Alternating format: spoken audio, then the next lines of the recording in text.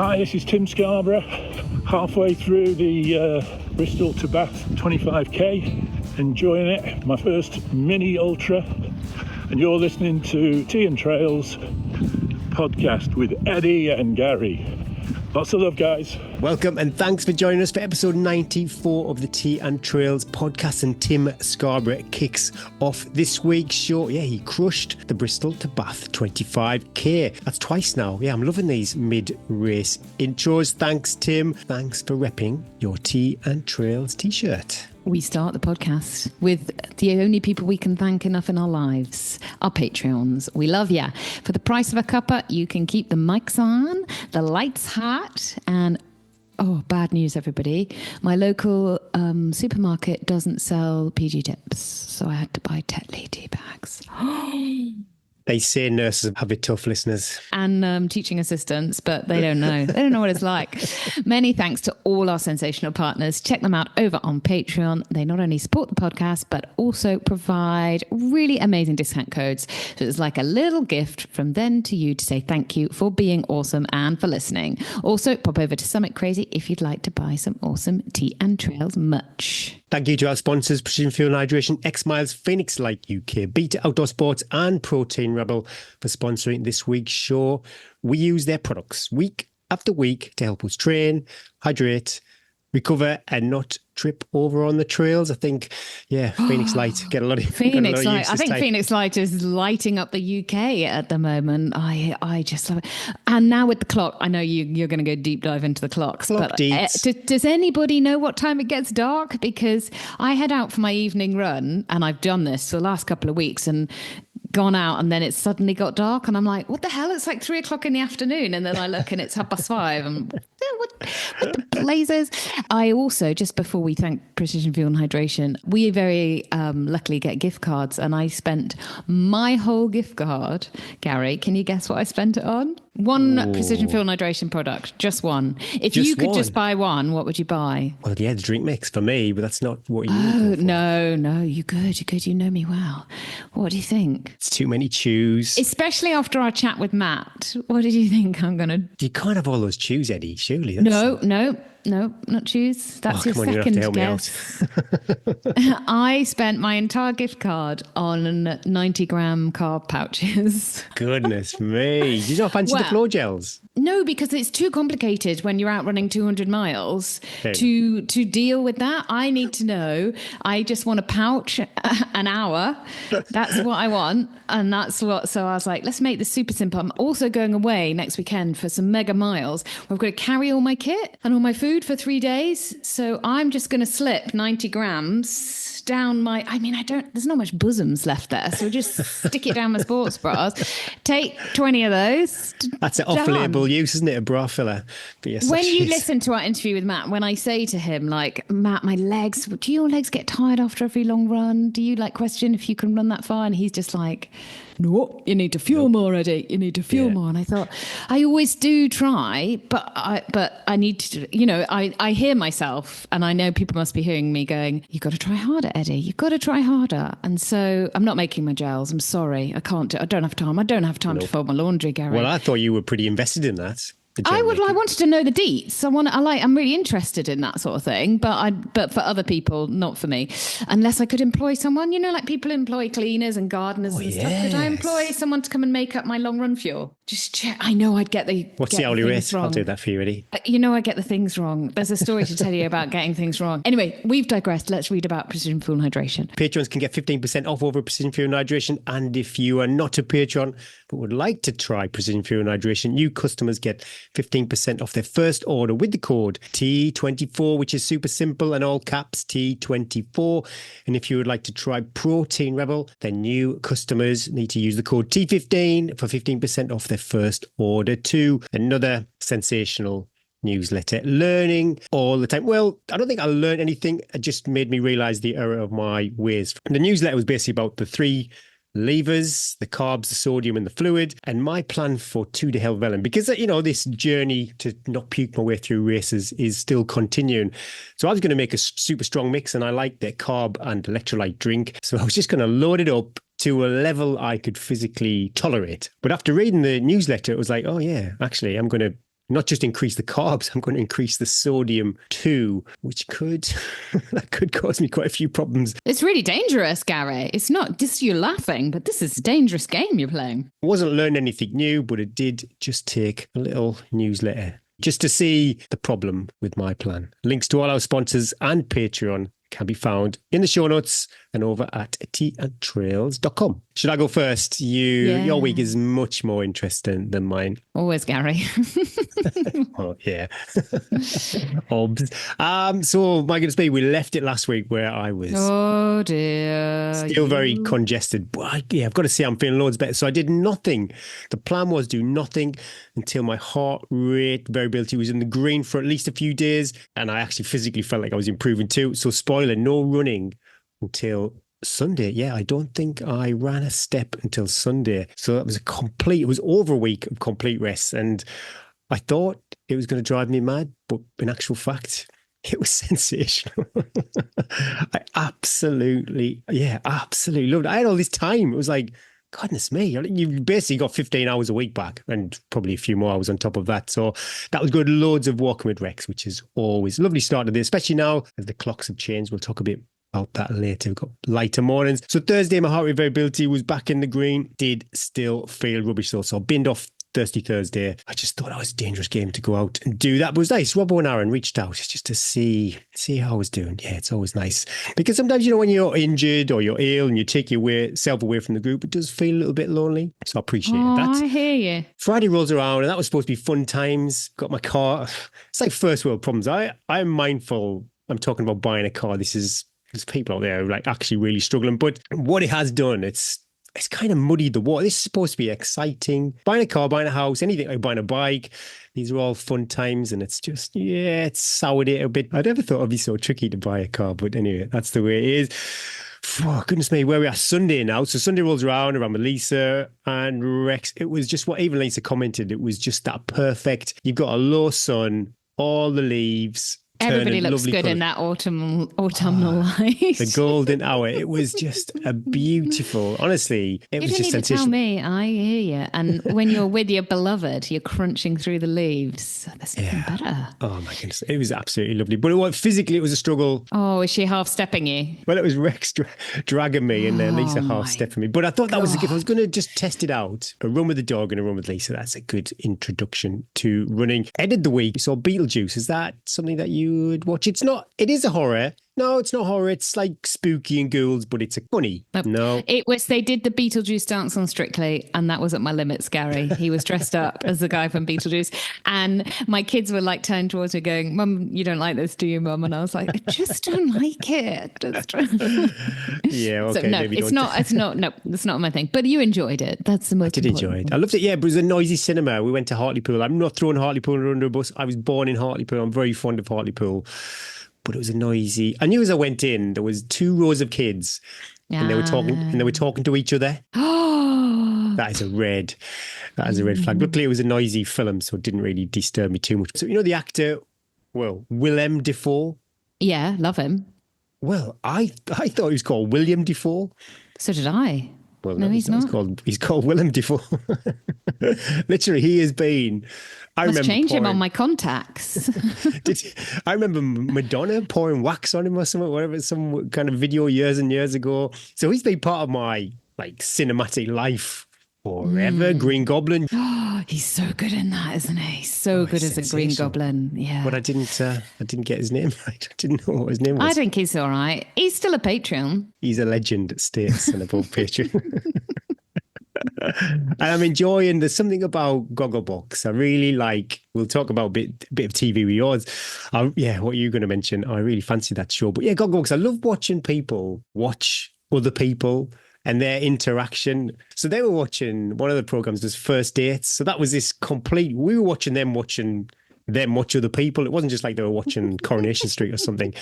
It was wild. And I just got thinking, what were red flags and green flags on a first date? What would terrify you, Eddie? I don't think that I did go on a lot of dates, Gary. I think I was just constantly surrounded by guys just, I was just like... It was just fending them off. Fending them off the whole time. Well, I did do that dating app, didn't I? Years and years ago. Somebody asked me who my celebrity date was. Didn't spill the beans. Oh yeah, I forgot about that. But aren't you just relieved that we never had the apps when we were in the market as such? goodness That would just be. We just met. I guess uni. You just met people. I always was in a kind of like a sporty clique, so Yes. that was always like the greet. Do you like sport? Do you like being outside? Can you Yeah, dance? someone smoked. I If wa- we went on a first date and someone smoked, that would be whoop, whoop, whoop. I like someone who liked to dance because I used to love a bit of ooh, ooh, ooh. It's hard because I've ended up with like the gold star. So comparing anybody You're to. never going to hear this. No, it's okay. Just in case. What I'll about if give him somebody the came time. in and they Instagrammed the date? Would that freak you out? Photographing them. What, like, oh, Didn't Instagram story. That would. What if they had a wedding ring on? That's a red flag as well, isn't it? I think for me, if they had a faster Lakeland 100 finish, that would be it. Game over. but I wouldn't like like massive green flags. You've got your own treadmill. Oh my God. And a gym. I love it. You've got your own gym with a sauna. Oh yeah, if they were put ketchup on a roast dinner, that's a green flag. I'll be all over that. Apart from that, yeah, I'm not too fussy. Big hands, yeah, that would be a red flag. No one likes a girl. I don't big mind the hand size. Newcastle fan, yeah, that would trigger me big time. I couldn't cope with that. You're so funny. You know, you can't do any of this now. It's all over. You're going deep into these thoughts. If they had more than 2 cats, that's a well, that would be drive to tricky, Tesla. wouldn't it? I wouldn't like that either. Oh my God. Anything else? Maybe talking about the X. That would freak me out. Too much X chat. Yeah. Basically, it's got to all be about us. That's...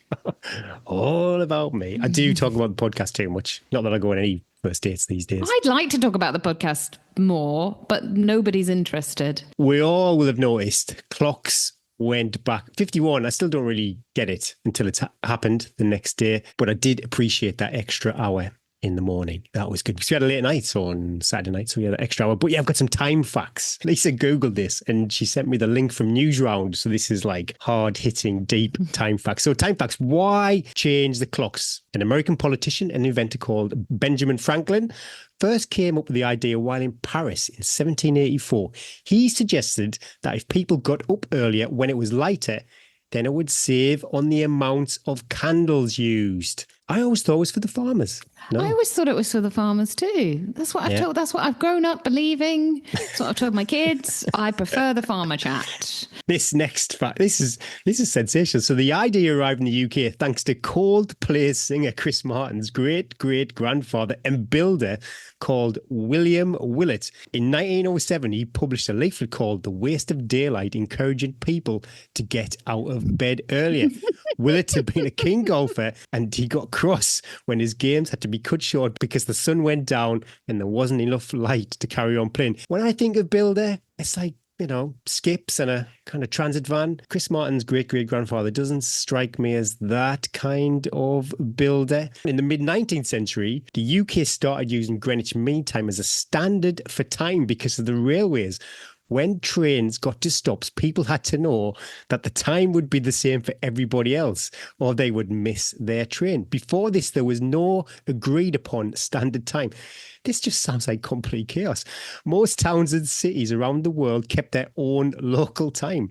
Greenwich Mean Time was the only official time used in the UK before British summertime was introduced. So yeah, it's wild. Imagine Newcastle could have a different time zone to Newport or Newquay. I think that is fascinating. It's like the One Show Teen Trails podcast these days, Eddie. Someone's going to pull us up though and go, that is actually all wrong. It could be a load of baloney, but that was on the Newsround website. So yeah, bring it up with those guys. Not our fault. I'm glad you're getting back on there. I've seen a bit of gym action. I know you hate talking about the wrong week at the wrong podcast, but I'm glad you're getting back in the swing. Gaz is back, just a little bit back. Not wholly easy back. week. No spoilers. Oh, easy week. Hello. No easy week for Eddie. There's no easy times if you want to look like this, Gary, and run as fast as me. No shortcuts. There's no shortcuts to getting cut. 2-week half term, second week. Oh, my life and me. me, basically half term plus training plus work equals I literally don't have time to, well, I certainly don't have time for washing, but there's no change there, is there? Get to the end of the day and like there's just house. It's just like the whole day. I sometimes get to like 2 o'clock and it's like, yeah, we've got loads of time left. And then I click my fingers and it's 7 o'clock and it's like, where did shit. that go? Where did that go? And every day I'm like, right, I'm going to sort out those boxes in that box. So whatever's happening, let's look it up, news round. The hours just go. I have to be so strict. I have to get up, and if I don't get out before, I have to creep out before anybody wakes up. If I don't get my training done first thing, there is zero chance. I just would never get it done. And then I have to be really strict. If I'm going running again or I want to do the gym, I just have to be like absolutely sacrosanct with that half an hour. And I think people are like, so we could chat tomorrow at 3. I'm like, do you know? Oh, that's gone. That hour has gone tomorrow. The next hour free I have is in 2026. But this is it. This came up with a car. So his car was supposed to be delivered. And he's like, it's not going to come. It's going to come whenever. I'm like, the slot is gone. Literally, that was when I was buying a car. Yeah, every single time slot is like managed of like, there's my, and I didn't do a supermarket order this week with the kids on half time. What was I thinking? My Tesco delivery man, he's already a firm pal. He's going to be like, where is she this week? She must be away. So I then had to find the go to the supermarket slot with the kids, which we did kind of enjoy because still going to a UK-based supermarket to us is like fingers and all the kids. I know, but it's just a time. It's just a time of like, to us, drive to the supermarket, come back. It's not because it's a pink job or a blue job, but Lisa does the online shop and she thought she'd clicked home delivery. Oh, she'd click and collect. So we're like waiting angry at the Tesco driver that wasn't here. They were at the Durham Tesco waiting for us. I do that sort of thing all the time with everything. I go, did I actually check out for this? Did I actually do that? Did I actually order the right thing? I've been banned from ordering any furniture after I made so many. I don't think, as you know, I love Bryn dearly, but I just don't think he gets like what life is like when you're managing so much, the mental load. I hate that phrase. And so I did well with the washing machine and the tumble dryer. Good, got those. But then I forgot to, so when I bought them, they put the washing machine into the slot and they said, you haven't paid for us to put the tumble dryer in there. Back in the day, you could have just given them a tenner. They'd done that. Yeah. And I'm like, I would have just said I'll do it myself, but even I don't think I could have lifted the tumble dryer up in there. But just things like that. And then I ordered the television. I don't even know why I did it. I don't even watch television really. I love a purchase like that. See, Bryn loves a purchase and I don't. So I don't know why I did it. The only thing I like buying is trainers. And I measured up because we've got like a cabinet. So I measured the bit to put the television in. It's quite an expensive purchase, a new television, isn't it? You'd want it to fit. You want it to fit. It's quite important. So when it got here, he said it's enormous. I said, I know, but the hole is enormous. And so we checked it before we unpacked it, and yet it fitted like exactly. We didn't realise it had to go on a stand. Oh. And so once you put the stand, it doesn't fit in, Gary. It doesn't fit in. What about a wall bracket, TV chat? It's not a wall. It's like a TV cabinet thing. I can't even really explain it. What happens then? Let's go back. What happens then? No. Because we'd unpacked it, Gary. I would put that TV. Someone's going to have a lovely TV in their bedroom. Oh my God, no. It's so big. So it doesn't fit in it's just slightly out of the thing. To me, I'm like, fine, don't care. But every time we turn it on now we laugh about it. The day it happened, he was like, so how much did this cost? And I was like, oh my God. Now we laugh about it and now we turn it on, and every time we turn it on, the kids are like, Mum did this, didn't she? But anyway, I have managed to carry on. Yeah, I had a pretty good week. 2 sessions, 2 by 20 minutes. Oh yeah, my second session. I shared that on the gram. People weren't crazy for Eddie. I went to do my second session at the end of a day. I'm not a good end of the day trainer. I like to finish my training by like 5 o'clock really, if I have to train after that. I find it really hard. I used to do a lot of training in the evening when I worked proper job, but now with the kids and everything, the evening is not my finest hour. Anyway, I was going to do 8 by 5 minutes at 5%. My leg, I started warming up and I couldn't even get the warm-up pace without my legs falling off. What day of the week are we on now? For this, I'm just thinking. I don't know. This was Thursday. So, and it wasn't like I hadn't done anything it's just cumulative, like end of the day. I read somewhere about a triathlete, and they said that their coach gives them sessions, and they give them, this must be a very nice coach, gives them like 3 or 4 variations of sessions so that they can choose. Like the mental fatigue, sometimes holding 5 minutes just seems too much. Yeah. Just seems like I can't do that. And so he gives her variations. So I thought, right, I'm too tired, but I'm on the treadmill. I'm going to do a workout. I'm not getting off. I wasn't that tired. I just couldn't hit the pace that I thought I should be able to hit. Why I thought I could hit that pace, I don't know. So I was like, okay, well, let's try it for 2 minutes. Let's try some 1 minutes, because sometimes you have to force your legs into action a little bit, and then they feel better. Often you feel worse in the warm up than you do when you actually get started. So I did some 1 minutes, and I was like, ooh. And I thought, right, I'll do 10 by 2 minutes. That's half the load that I thought I was going to do. Let's work a little bit harder. So actually, as ever, once I got going, I realized I was invincible and incredible.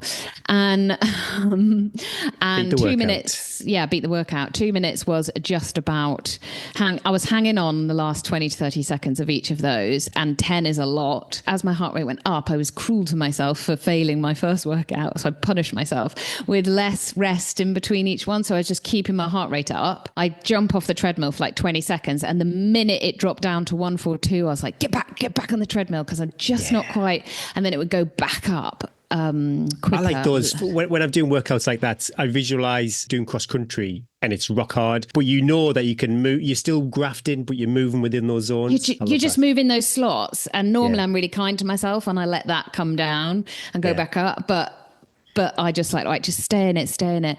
Did 10 by 2. My God, I was hanging. And then I thought, well, I feel okay. I've only done like 20 minutes worth of work. I'm going to finish myself off with 10 by 1, a little bit faster. Ooh, but I told myself maybe just 5.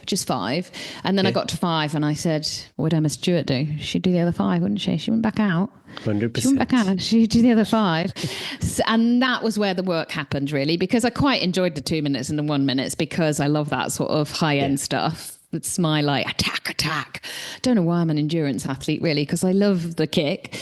And the last 5 minutes were like, that was really hard. So Bryn had taken a child off to football at the start when I started this session in the garage. And then he'd stayed, watched, kicked the ball around, came back, and I was just finishing. I was like, my God, what's happened to my wife? I might just need a little cool down. So it was good. But yeah, it ended up, so started off. So never trust the warm up, and never be scared to change the workout a little bit if you think that's not quite right what I feel like doing, because I still got a good session back, but it did, my God, my eyeballs hurt the next day from all the sweat in my eyeballs. I was going to potentially do my long run on Friday, but that wasn't a good idea after finishing that at 8 o'clock on the Thursday night. So I haven't really been in the hills, because it just takes a bit longer. It's 3 or 4 miles away. When the kids are here, that's as far as I go as the crow flies away from us, just in case I get that call of can't log into Netflix or something terrible like that, real problems. But I had the green card on Saturday, so off I went. 2 miles away, straight uphill, 800 feet of climbing in just under a mile. Nice. And it's on a nice track. Unfortunately, on the nice track are also 800 sheep. And I didn't have the dog, because I was like, the dogs would love it up here. And then I was like, I would not love it up here with you, my friends, because you'd have to be on the lead and be like, let's go. And then once I got up to the top of the hill, then there was just miles and miles of track. It was pretty bleak, though. It was a bit of a grey day. And then I dropped down to the other side of the valley. Could see, then I could just see hills for miles and miles and miles and miles. But then I'd been out for an hour and 40, and I thought, So I rang Bryn, and I was like, I'm just there. Everything all right? And he's like, yeah, I can see where you are. I said, I'll be back in like half an hour. He said, yeah, right. I was like, I've forgotten you can actually see her. But I have got these most amazing hills. I just need a bit more time, or I need to drive to get, and not do the run the 3 or 4 miles it takes to get there. I loved it. I felt okay, but as I said in the podcast, I did feel when I came back, I was like, Alex. But then the rest of the day, I feel fine. It's just that initial, when I stopped, I was like, I'm happy to stop now. And I'm going to have a little sit down and I'm going to be a bit creaky. I don't think I took a load of, we got a nice little nutrition drop from X Miles to try all sorts of different things. So I took random stuff. But I still don't think I fuel enough. I think I fuel for comfort. I don't push the fuel. And I think I need to push the fuel more, especially with my lifestyle and how much I do and how many steps per day on average. So the last couple of long runs I've done, the next day my legs have been a bit in clip, but I was fine. I was up at 6 out with Paw Patrol around the, and what I love about living here, which was different from the mountains, is that I have got the hills on my doorstep, but I also can do a 7-8 mile run with just 200 feet for a recovery run. And it's all on lovely tracks. It's not on the road, so it's on trail, but it's smooth. It's like easy. So for recovery, which I never got where we were in Morsey because everything was vertical. So that's really nice. I can get proper run. So it was a good week. So yeah, also on my long run, I don't make my Strava public, but I did have a look to see. I like to know, like, segments are really useful to know how much climbing there is, because people do, it goes 1.1. There was not one Strava segment on the whole of this run. That's how I don't think anybody. You created some? Oh, I could do that, couldn't I? But then I think I'd have to make it public, my run, in order to my own Strava segments. I'm not interested in Strava segments. I just like them for the percentage and the so I know how long I climb. I can work that out from a map. I'm just being lazy. But I did think, God, I don't think I've done a run for a long time where there's nobody from Strava goes. Anyway, I just thought that was really interesting that it's just a really remote. And then I was like, why is no one else running here? Is there something?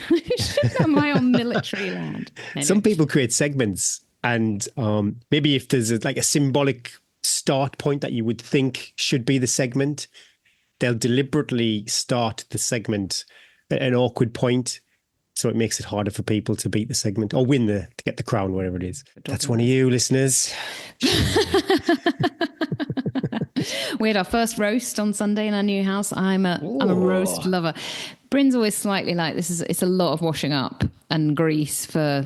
It's a lot of graft, yeah. It's a lot of graft. Not really. I would say it's not really. It's pretty easy. You put chicken in, put a bit of nut roast in, a few potatoes. Just stuff the bird? Bryn stuff the bird? Oh, you bet he does. No, he wanted to. I said, you're the only one that's going to eat that stuffing, so let's leave that. Let's leave that be. But I was in charge of the potatoes, and of course I got waylaid, and so I put the potatoes on for a quick boil before I roasted them. Came back 20 minutes later, and he's like, mashed potato. He's like, we have a mashed potato then. And I was like, oh yeah, I forgot to turn the potato. See? Roast potato tip. I scored we've got a V slicer, and it's got loads of little tiny scalpel blades on it. And I scored, it took a long time, but I scored the spuds. So they had lots of little slits in them. Lisa and George, and I think even Esme was there for that meal. Best roast potatoes they've ever had. Putting it out there. James Martin, watch out. Anyway, I love making new memories in our new house. It's lovely. So even though the roast was met with, everybody enjoyed it. And then also it gives me another meal on the Monday that I don't have to... Do you like bubble and squeak? That is the best part. Yeah, that is good, isn't it? So what's on a Sutton roast? Are we having sprouts? I love a sprout, but nobody else does. So that's fancy roast. So just a normal, classic Sunday, because we were a lot of sports stuff on Sunday too. So we just have chicken because everybody likes the chicken. I have a nut roast because, oh my God. We bought a nut roast. Normally Bryn will make me a nut roast, but we didn't have time. So we bought a nut roast before. So this is where the underfueling doesn't happen. You don't worry about me. And I ate it all. Delish. Nut roast, carrots, peas, classic, mashed potato.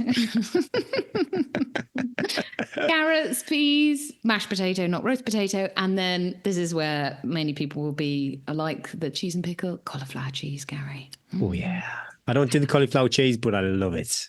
The kids don't eat it. Bryn has a little spoonful, all the rest for Eddie, and then I just eat round the pan. Delish. Loads of gravy. Then normally I do an apple crumble pudding, but time didn't work out on Sunday. So what do we have for pudding instead? I think we just ate chocolate. But, it's lovely. And then we have the leftovers, which is, again, the kids' fave on a Monday night because they have sport on a Monday night and then they come home and they're like, oh, my God, we have another roast. We're talking about TV. To finish my week, we started Rivals. Wow. It looks sensational. I'm What not we're saying it yet. enjoying most is not all the bumping and grinding, but it's the 80s fashion and the cars and the dinner parties and the drinks and just generally the way that they behave as well. It's a lot of reminiscing is going on. And Bryn is like, this is the stuff that you read. We're really enjoying it. We're a couple of episodes in. It's tricky to find the time because it's definitely not, and even the older kids no. And so we don't get a lot of television viewing without them. So it might take us 3 years to get through it. But if anyone, and I love how many people from the podcast messaged me going, Eddie, you've got to try. They got me. You guys have got me because they're like, bet you didn't get a single message saying watch Rivals. I got loads going, Eddie. Got to watch My tip for the week is Generation Z. Wasn't Zombie. that? Well, yeah. it's not zombies. It's like this chemical. I've only watched a couple of episodes. I don't know how it's going to pan out, but there's a chemical spill, a chemical leak. And I think it seems to initially infect old people. If you like, I haven't had Shaun any of the recommendations for that. No, it's very funny. Lisa, literally, she just chuckled her way through it. I started the kids on Vicar of Dibley because I loved that, and I know it. I don't realise, but I do know a lot of it off by heart. Some of the jokes are absolutely outrageous, and again, I just love it. And I left them, and I went and got another kid from sports practice. Came back, and they were like 4 episodes deep. I was like, "Oh, you didn't have to keep watching this." And they're like, "Oh no, binging on it, binging on Vicar of Dibley." It's like getting better. So yeah, another. I can't believe I managed that, but it was a good week, and we just keep on going. I'm planning on a longer run. I've got an entry for a 33 miler this weekend, a local race, but the logistics scary. I've got to drive a couple of hours to get there. And I think I've got so many new trails on my doorstep. I'd love to go and run it. But then I think I could just leave here and do a run and then be back. It's a bit lazy, isn't it? Then I think, am I being a wuss by not going and doing it? But then I think, but I could leave here and get 20, 25 miles in and be back home in like three. So you're really fortunate. For me to get that kind of running, I can do 25 miles, but for me to get a mountainous 25 miles, it always involves a vehicle. Yeah. Oh, yeah. So you are very fortunate. Lucky. I don't think I'd do anything. I don't think I'd enter any races if I No, that's the thing. I'm like, I just want to go out. I want to go out. I loved that on Saturday. Like it, I was just stomping around my new, thinking, I wonder how many times I'm going to come up here in the wet, the dark, in the summer. I bet it's sensational up here in the summertime. I was like, it's so exciting.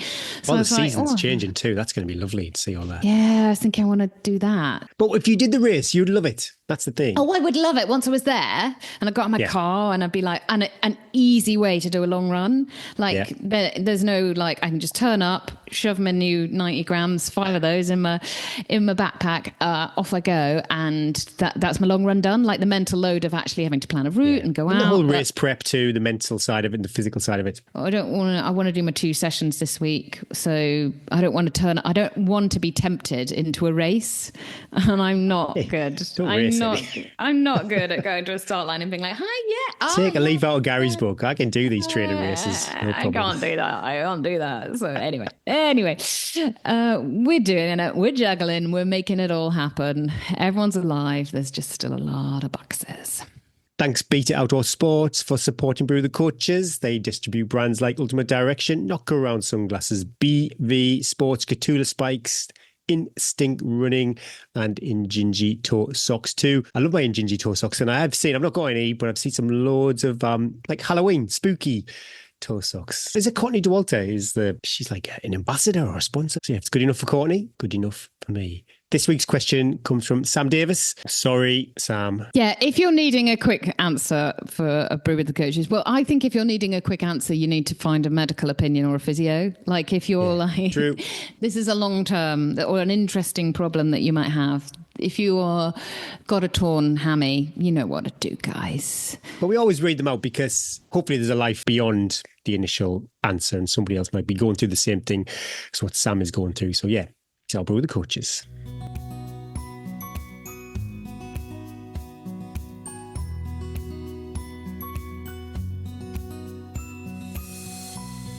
This week's Brew the Coaches question comes from Sam Davis. I'm 43 and only started running longer races a year ago after a bad horse riding accident meant I had to give up riding. I got a charity place in the 2024 London Marathon, which I ran in 5 hours and was very happy with. Also, just to mention, I have psoriatic arthritis and fibromyalgia. Is that correct, Rebecca? Have I...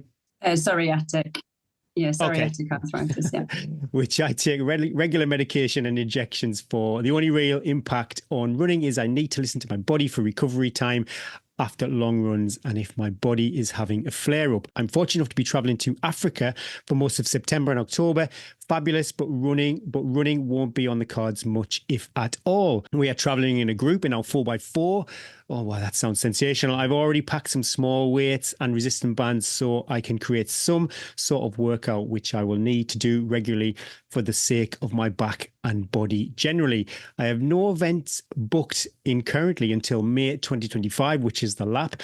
I'm considering adding Dartmoor in a day in February with options of either 30 or 50k. Am I being too optimistic to think I could fit enough in again in the 4 months to complete either distance? Not competitively. Where would I find training plans? Is there realistically anything I can do whilst traveling to help my return to running? Would you recommend I get a coach that could help me with a running plan and a strength and conditioning plan that would take into consideration my autoimmune disease? Apologies, Sam, we got to this late. I know you will be midway through your Africa adventure, but hopefully, yeah, this would be a question and hopefully an answer for anybody who's got a big disruption to their normal routine. I don't know Sam's history and level of fitness. We've got a little indicator with the 5-hour London Marathon. Personally, I would think, yeah, have a blast and worry about it when you get back to the UK. But yeah, Rebecca, what do you think? Yeah, I think that will be my attitude. I think this sounds like an amazing trip. And I think what you'll derive from being in that environment and the sort of mental well-being and all of those sorts of things which will come from hopefully such an amazing trip, I think I would be prepared to accept that the rest of the training will take a step back during that period because you're doing something so amazing in place of that.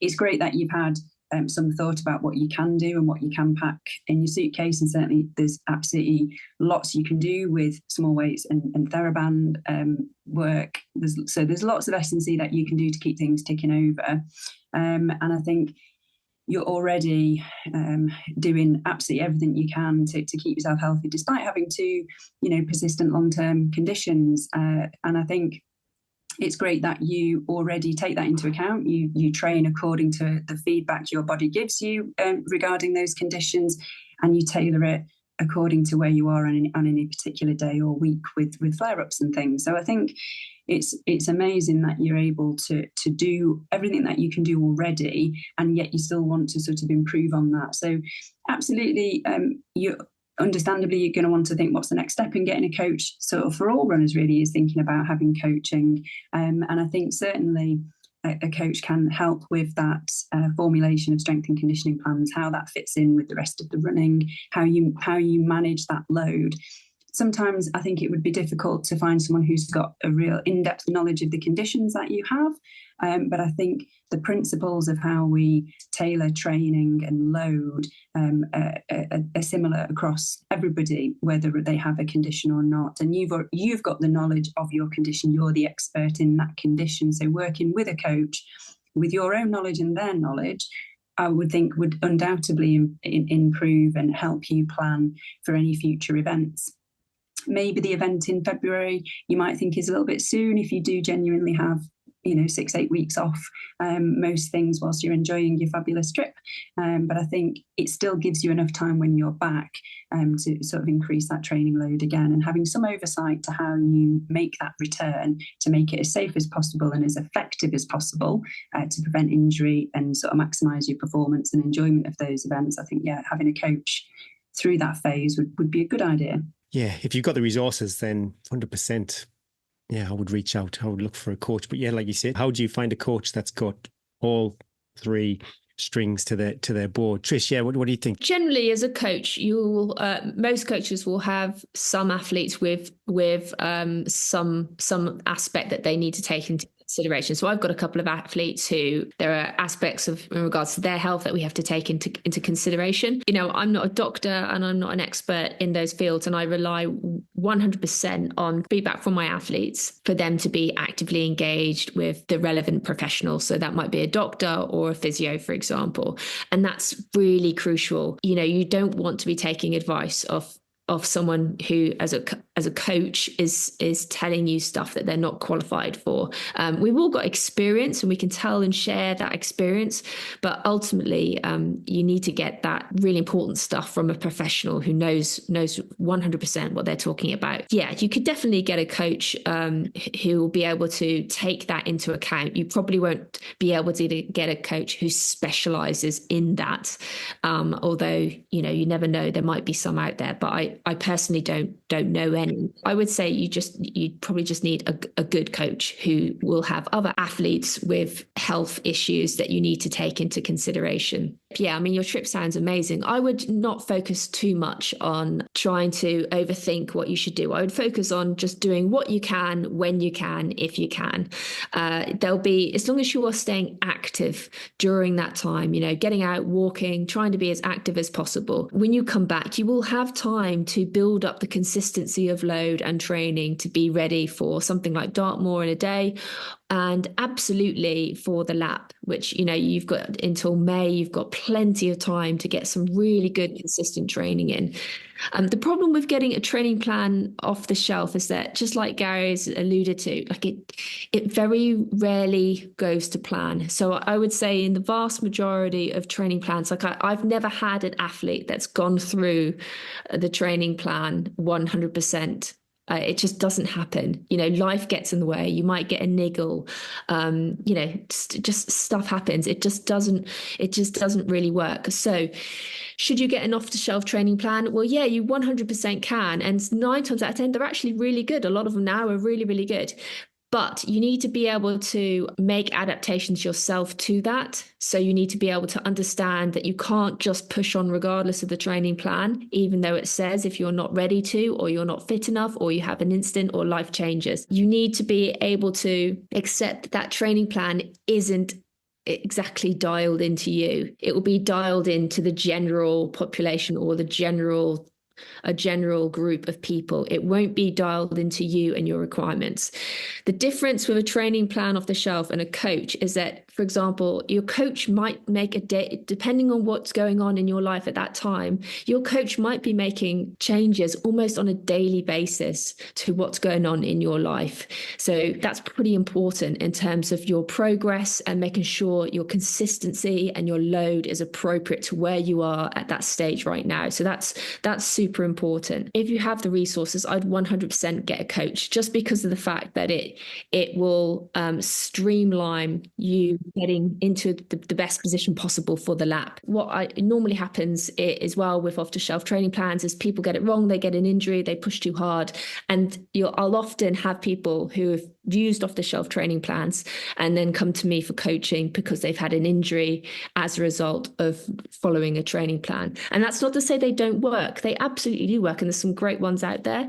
But it's whether or not you're going to follow it and whether or not it's right for you. Those are the two big issues. So I would say with the taking your autoimmune disease into consideration, I would say definitely get a coach if you can. It will be worth your time and streamline everything for you going forward, and take a lot of your mind as well, because you don't have to worry about it. That's the coach's job, right? To worry about it, to think about the sessions.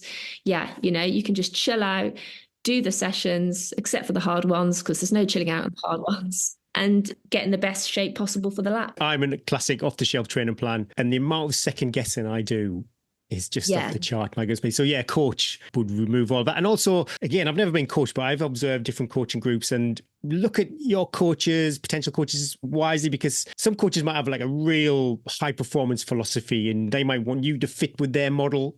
And that might not be for you, while you might have another coach which has a more holistic approach and has more life experience. And so, yeah, there's lots of different approaches out there. But yeah, 100%, just remove that second guessing. And if you do look to get a coach, make sure you ask them a lot of questions. Ask them lots and lots and lots of questions. Find out as much as you can as possible. Don't just go off, their Instagram or that they look like a good egg.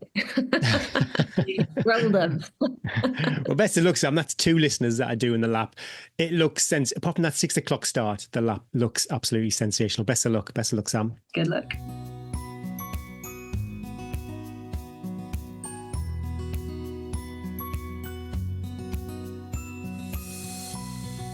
If you have a question for our coaches and you are Patreon, then email hello@tiatrails.com and pop the words "brew the coaches" in the subject.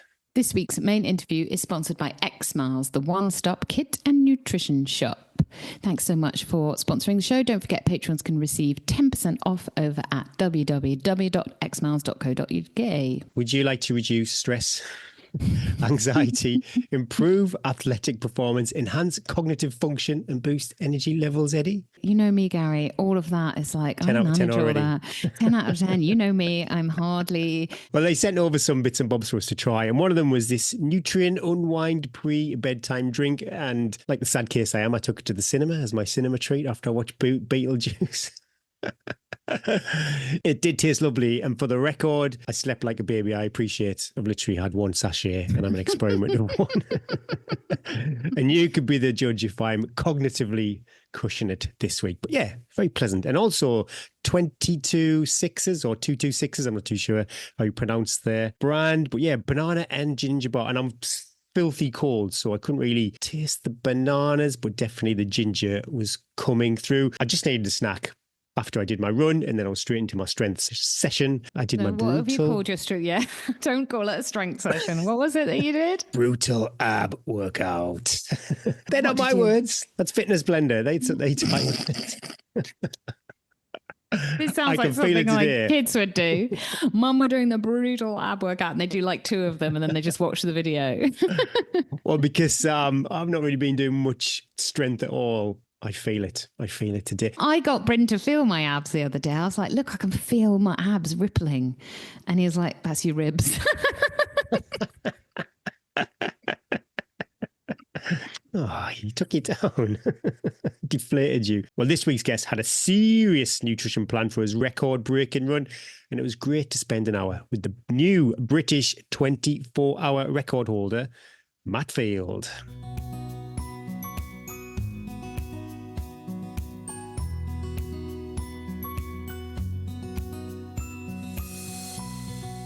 This week, Matt Field joined us on the Tea and Trails podcast.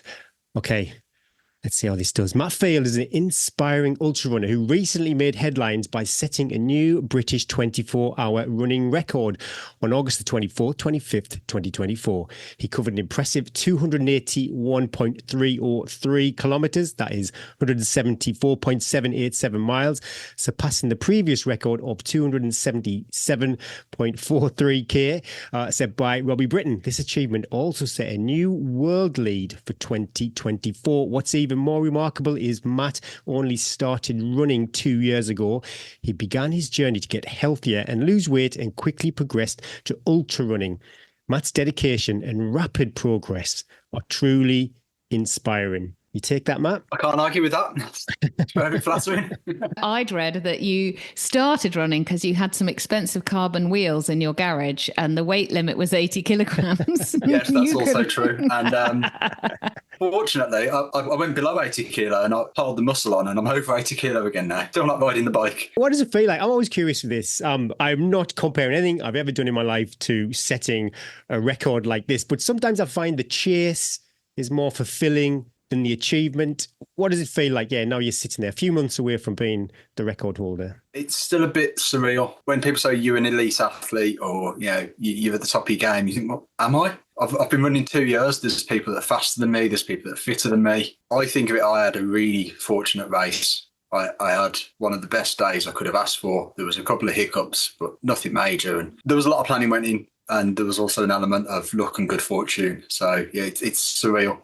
Again, I always wonder this with people who achieve a record. Would you ever go back and maybe try and put some more distance on it? Maybe we'll talk about what you think you can achieve. Or do you think you'd leave that And then if somebody else breaks it, you might go back and try and break their record. I want to go back. Obviously, I want to represent GB at Albi. I'm going to put my application in for that. Fortunate to get a place for GB. Then, yeah, I want to go to Albi and I want to PB. I'm racing the clock again.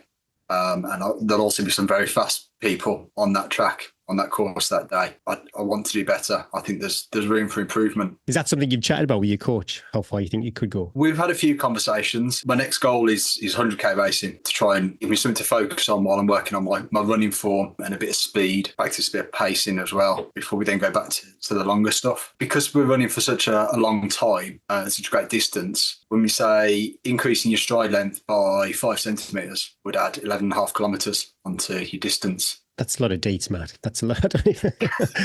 What about 48 hours? Do you ever think, we've done 24, let's try 48? Yeah, unfortunately, there's only 52 weeks in the year. I'd like to try 48. The men's 48 record is actually lower than the women's 48 record. So it is something, but if we focus on next year 100k and 24, that puts us into 2026, maybe a 48.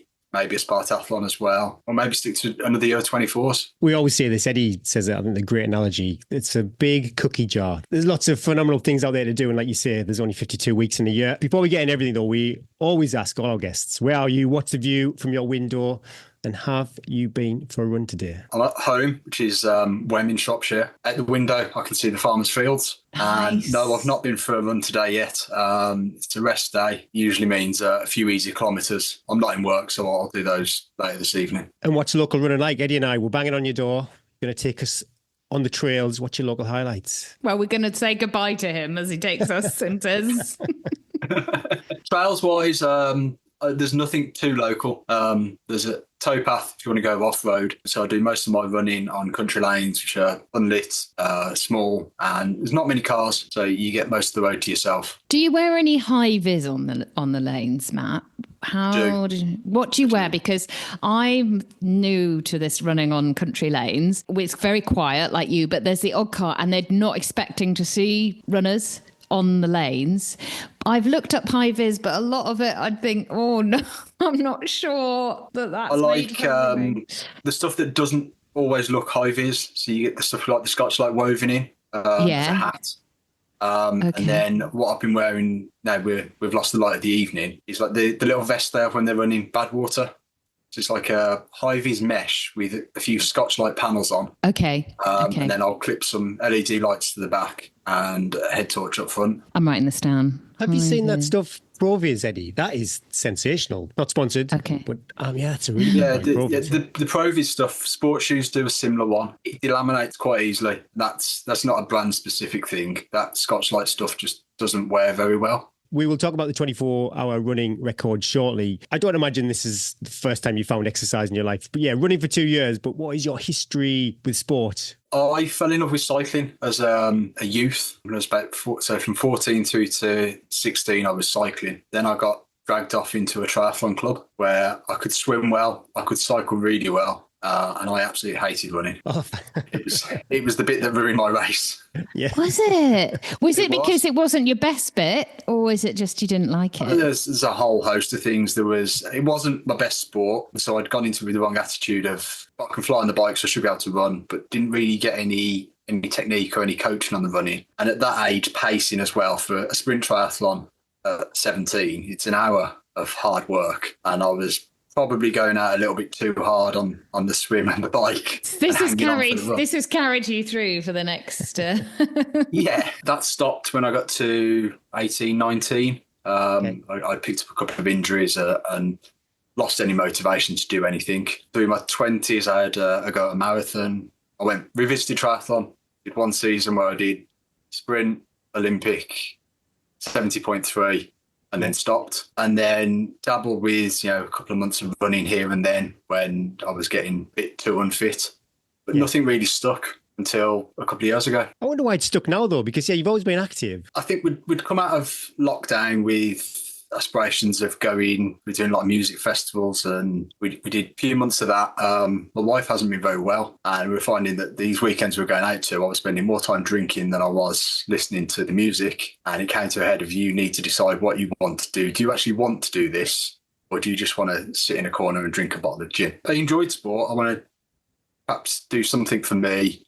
Started doing a few runs, again with the aim of going back into cycling, or at least doing something on the bike. Wasn't particularly fussed about competing, so I was doing 2 or 3 runs a week for a couple of months, 3 months. Then I said, well, actually, sub-3 marathons always eluded me. I could have a go at that. So I entered a marathon, and then I stumbled on GB Ultra's Liverpool Marathon. And while on the website, they'd got their list of ultra races.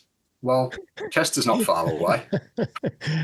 It's a few months after. If I do this marathon, I can enter the ultra because that's the prerequisite, having run a marathon. I see, yeah. I've always preferred the longer training sessions. And at that stage, my brain went, if I do the really long stuff, I don't have to do any interval training. Yeah, more on that later. Fantastic. So I entered Chester. By the time Chester came round, I'd entered Manchester to Liverpool. I'd been spending a bit too much time watching YouTube influencers and had entered the Arc. Oh my goodness, Matt. And then because I needed a 100-miler to complete the Arc as a prerequisite, Centurion had just posted last few places available for the Thames Path 100. So before I'd done my first 50, I'd got an entry into another 50 and 200-milers. Oh my goodness, mate. This is all classic. Why are you even surprised, Gary? This is what I get emails through every day going, by the way, I've got the entry to this, entry to this, entry to this.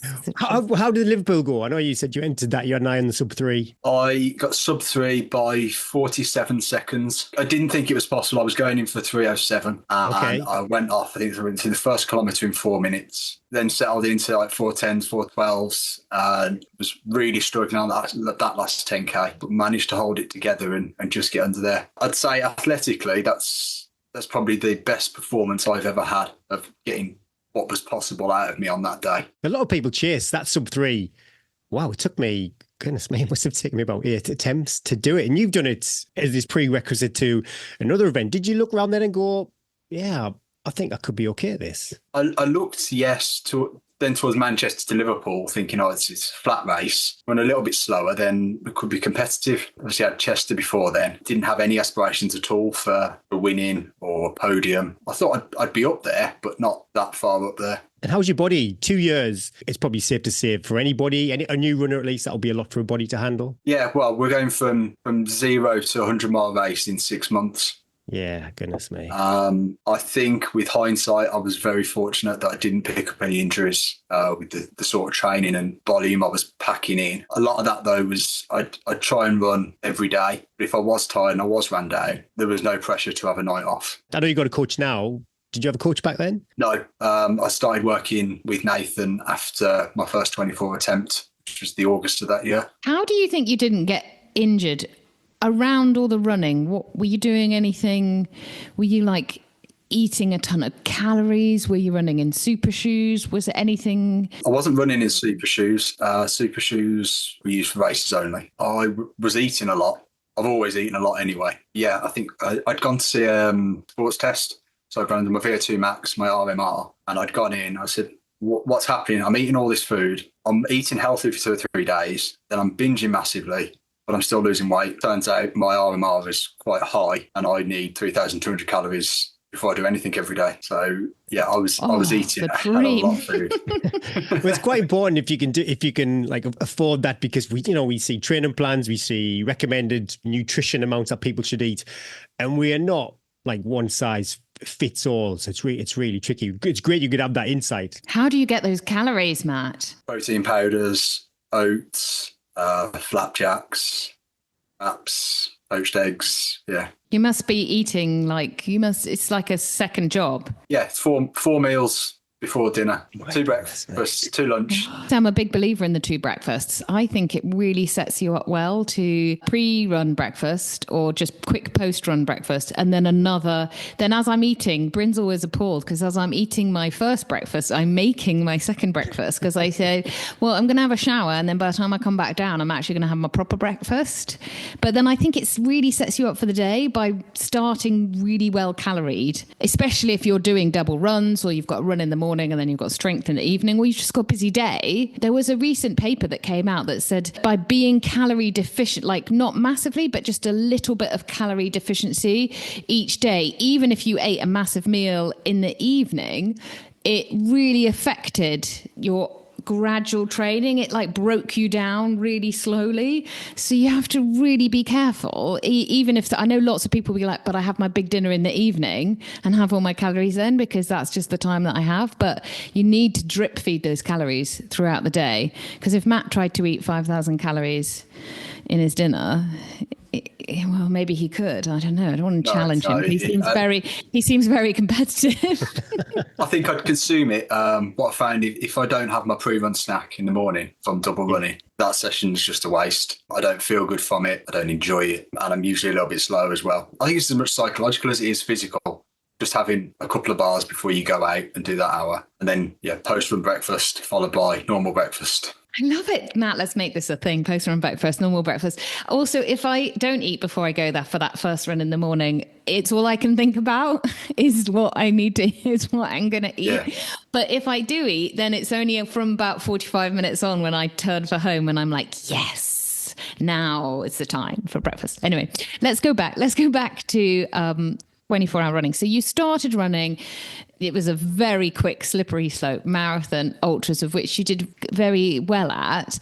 What then caught your attention about the 24-hour running? Because to most of our listeners who are more, I would say, trail running, maybe dabble in a few roads, maybe lap races like a 24-hour trail lap race, but most of them would be thinking a track 24-hour race is their idea of that. Gary is absolutely smirking. Is their idea of like, that would not be on my, especially after 2 years where the world is your oyster for ultra running. What is it that pulled you in and you thought, yeah, this is what I want to do? Coincidentally, Robbie Britton had just broke the British record. I think he did that the weekend before I raced my first race at Chester. So was that on your radar? Did you? No, not at all. Okay. But it was publicised. There was a few things shared on Facebook in different groups. And that got me looking then at more of not so much the track side, but the road side of ultras. I fancied having a go at it, see what I was capable of. So back onto Google and I found Gloucester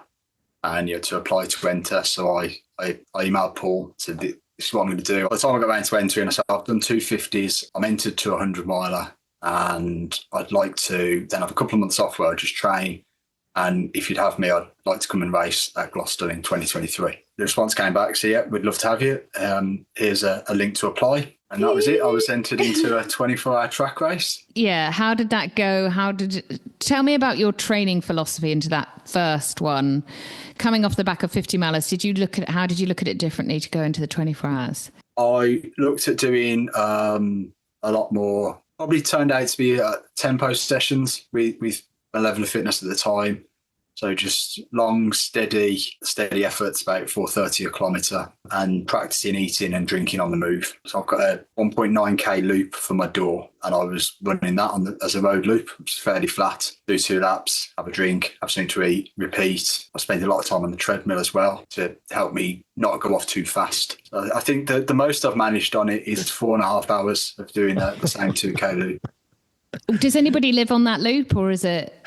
Yeah. You wave to people constantly, and when that loop's flooded, I call it running the lane, which is 3.5k each way. It's a backwards and forward shuttling along that, prone to flooded roads around here, and that's one road that doesn't seem to flood. How did that first 24-hour event, how did you go into it? What were you feeling? There's a lovely sense of naivety going into something like that you don't know. Ignorance is bliss. Yeah, you don't know what's coming. What was your thoughts going into it? What were your goals and aspirations? My goal was to try and get a GB qualification distance of 250 kilometres. Okay. What's the average then per lap? You need to be doing just over 10, 11, 12k lap? 12k an hour, sorry. 12k, yeah. It'd be, about 11k, isn't it? Just over 11, is that right? Yeah, just under 11, isn't it? Yeah. Okay. Did you set off at that? Are we talking? No. I just knew where this was going. I just loved feeding him down that road. No, it was set off at around 4:30 a kilometre, which is about 30k an hour. Which feels fine, I guess, for you. For like a few hours, you think like, I'm going to crush this. The first 100k, it felt brilliant. Yeah, I had a crew feeding me, throwing bottles of water at me. I was leading the race. Everyone was applauding me. This was amazing. I went to 100k 100k to 100 miles, it became a little bit more difficult. That race is still the fastest I've ever ran 100 miles. What did you go through 100 miles in? 13 hours, 13 minutes. Oh, smoking. It's by 15 and a half hours. I'd had to stop for a power nap. I'd gone a bit wobbly and a bit dizzy. Oh, my Yeah. goodness. Yeah. Small sleep, back out. I did another 2.5 hours or so in the same, came in for another nap, and then went back out for a death march, really. Oh, man. But so many lessons learned from doing it like that. Yeah. Who has responsibility on the day? So are you the boss or is your crew the boss? On that day, it was all down to me. So I took two people that had never ran before competitively, any distance, alone ultras. I gave them a crib sheet of what I thought I was going to run at and what I wanted to eat and drink. I just went off and totally ignored the pacing notes. Yeah, I think we all do it. My goodness me. Yeah, we all do it. What happened then afterwards? What was the aftermath like? Not the initial. We don't need to know about that. The initial aftermath after that. But what were your thoughts and feelings then after that? Did you think, I can do this? I just need to rein it in a bit. I'd got bitten by the bug then. I really liked the format. What made you really like it? Sell it to us, Matt. Every lap, every 2 minutes, 15 seconds, you watch beeps, you go through the timing gate, you get that little endorphin kick of tick, job done, next one. So if you're going well, you're getting 700 pats on the back in one day. Kudoses. You're getting kudos from everybody. You know, you go on a trail race or point to point and it's fun, but there's a bit of jeopardy involved. You've got to choose the right shoes, you've got to choose the right kit, you've got to decide what you want to eat for that day in advance. 24-hour racing, you can turn up with your own event shelter. You can have as many cool boxes and as many types of drinks and food and footwear changes and kit as you want. And it's all there. And I quite like that element of preparing and practicing and fine tuning. Did you have any distractions? Do you listen to music, podcasts? What I've done for the last two is I start off with podcasts. This one, actually. Of course. Straight in. Save up 2 or 3 episodes. So that'll play through. Right. That gets me through the first 6 or 7 hours. Well, next time you could just call us up. We'll just talk to you for we'll just go 24 hours. 24 hours. A live stream. Oh my goodness. I could do that. I don't think I have a problem chatting. I think I could you'd probably be sensational at that. It'd definitely be one way with I'd lose the ability to speak fairly soon. Yeah. We'd be able to hear you huffing and puffing. So okay, you start with podcasts, and then you have enough of then those. I tend to go on to the dance music. Oh really? What sort of dance music? Some classic. Techno. Oh Lord, has to be fast. That is really popular with ultra runners. Was it Shane Orley? He loved a bit of techno, a bit of dance. I don't know what it is about techno. For me, it's the consistency. the beat. And especially if you get some upbeat mixes, you don't want anything that's going to go into a minor key and make you feel depressed. You don't want any sitting on stools with microphones, change the key, not even a big chorus because you're going to have to go down before the I think it would mess with my cadence. I'd be just starting going down the 100-meter straight. That's why I don't start with it. Yeah. I remember when I crewed for Debs at the 24 Hours at Albi a few years ago, and we weren't allowed to give them music for quite a long time because they were like, they'll go too fast. As soon as they get the music in, the pickup is incredible. So we weren't actually allowed to give them their iPods for quite a while. Yeah. So how do you run with the music? Do you have an iPod or can it stay connected? Do you carry a phone? Shocks headphones. And then I've got some little SanDisk MP3 players, which are Bluetooth enabled. When I say little, they're about the size of my thumb, and they've got a clip on them, so I'll clip onto either my number belt or the band of my shorts. And then you download what you're going to... So once you download, you've made the decision. Oof. There's 32 or 64 gig on there. So you've got a few choices. There's a few different folders with mixes. There is Plan B, which is my phone's there in the tent, and that's also... I can ask for that on Spotify, but I think I carry it. Let's just jump back. So we're on a path now. The 23-hour, you did finish. You won the race, didn't you? Still, I did, yes. You're being modest. How far did you cover overall in that? 235.7 kilometres. So even though you paint it as a disaster, you were only, 15K off the GB qualifying time? Yeah, 19 is it? It's 254 is the one. I'd had it what you'd call a good performance. but it wasn't what I was after. And the way I'd gone about it definitely wasn't optimum. No, it wasn't the most enjoyable way that you could have done it. I imagine that you were like, that could have made that a little bit easier on myself. I could have, but at the same time, I think if I'd not done that, if I'd gone in and I'd started at 5-minute kilometres and I'd paced myself perfectly, I probably wouldn't have come out of it saying, right, to improve, we need to look at training, pacing, coaching, and the trajectory might have been a bit different. I love that, because I think people often feel very disappointed when they do, if their first race or their third or their 100th race goes wrong, but there's always a reason, and there's just a different pathway, and the reflections are so important that, like, okay, as long as I learn and I make good choices after this race, it's not been a failure. It's just a different path that I thought I was going to be on. So tell me no big decisions after races, we always say that, but what decisions did you make then on reflections for your next attempt? Just going back to what you've just said there, Gloucester this year is the first race I've actually finished. Crawley was effectively a DNF at 18 to 22 hours. Chester 50 was a DNF at 23k. Rasselbach 6 hour. I went out all guns blazing, cramped up, dehydrated, and stopped at 5.5 hours. So yeah, you've got to take those failures and build on the positive that you can get from them. Yeah, though it's rubbish at the time. Oh yeah. You're allowed to mope. You're allowed to mope and feel sorry for yourself. You've just got to get yourself back out the hole afterwards. Is that when you reached out to Nathan? Yeah. See, Nathan had got the experience. He's been in the squad.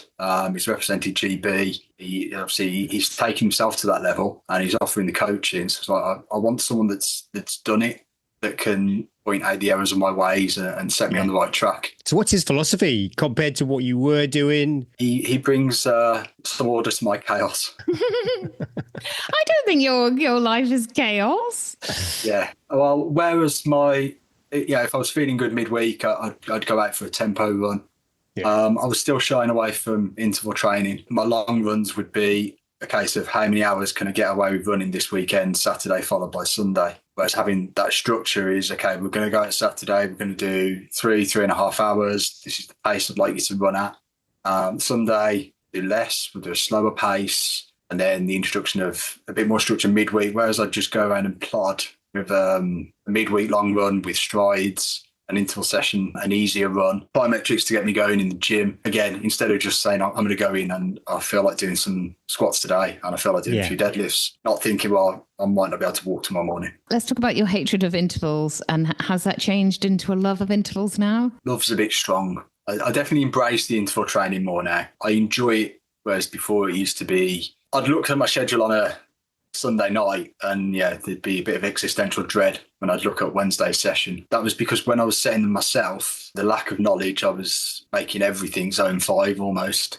Yeah, maybe you were so much that it was like, oh. I'd struggle to finish the session I'd set myself. Then I'd get a bit disheartened because I'd not done what I thought I was capable of. That was happening quite a lot. So what does an interval session, like a rough idea, what does it look like now when you're in sort of like a peak training block? Peak training block, we were up to 5x3k efforts, I think was the last one that was set before the 24. Now building back up again, we're down to 12x1k intervals. Steady rest, the 3-minute rest in between, jogging. 12 by 1k. What sort of pace are you running those at? 3:45. 3:45. How much rest in between? 3 minutes. I think I prefer to do the 3Ks, to be honest. From a work point of view, once we're up into full speed, we're looking at about 80 minutes of work within an interval session. So at the moment, it's heading towards that. Personally, I like, as Eddie says, perhaps 6x2k instead of 12x1k. Less counting. It's less counting. To me, it's just like when you get to rep 3 or 4, you're like, oh Lord, I'm not even halfway. But again, I also like the 12x1k, and the mental load of it is huge when you start. And that's just replicating a 24-hour load of a mental load of when you start, you think, how I can do this. I just got to break this down. And for you as well, a big session like that, I imagine like the pacing is so important. And for you to hold back and pace all those is probably great for your learning journey as well. Yeah, I do a lot of these on the treadmill because of where I live. Getting to a track takes a lot of time. Trying to run that sort of pace And that effort with a head torch is a nightmare. I always think when I've got my head torch on that I'm flying as well. I'm always like, this is so fast. And then I take a sneaky peek and I'm like, nope, it's not. I'm more worried about flying into a ditch Oh, or down a pothole. Are there any markers though during training, Matt, where you think, yeah, we're flying, this is going well? It's usually Saturday long run. If that goes well, that'll put me on a high for the rest of the weekend. I was just talking to Gary about long runs. You might have to nurture me a little bit, bear with me a little bit on this, but I always find that I'm mega tired after the long run, which I tend to do like you on a Friday or a Saturday. And I often find, just like 18 to 20 miles is my normal like long run. Everything hurts at the end. I'm pretty tired. And I think, God, how do I run like 10 times that? Because I often don't feel like that at the end of like a 200 miler. I feel better. Do you get that? It's back to fueling, I find. Okay.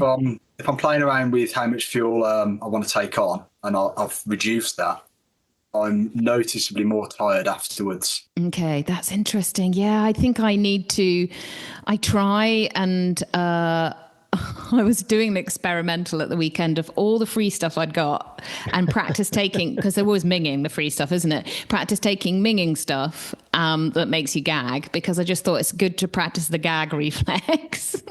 But maybe that wasn't helpful. I've fine-tuned it now, so I just buy maltodextrin powder, fructose powder, and mix that up. Talk me through this. This is incredible, because we might have to delete this off the podcast, because if Precision Fuel Hydration listen to the tell us about it and we'll see if we can speak it through. You dual chain your carbohydrates. So you get maltodextrin, which you can take in abundance. You can then take your fructose in, which they reckon 30 gram an hour. So if you're pushing your maltodextrin up, you need to put more of that into the mix than the fructose. Fructose, longer to digest, but gives you that steady flow of energy, whereas the maltodextrin, it's got a glycemic index of 110, is better than pure sugar. You just got to keep that flowing in. And so I tend to mix that up into a really concentrated drink instead of a gel or solid food. Obviously, that's one thing you have to determine in advance, if the concentration of that for your race. So what do you do? Put like 60 grams of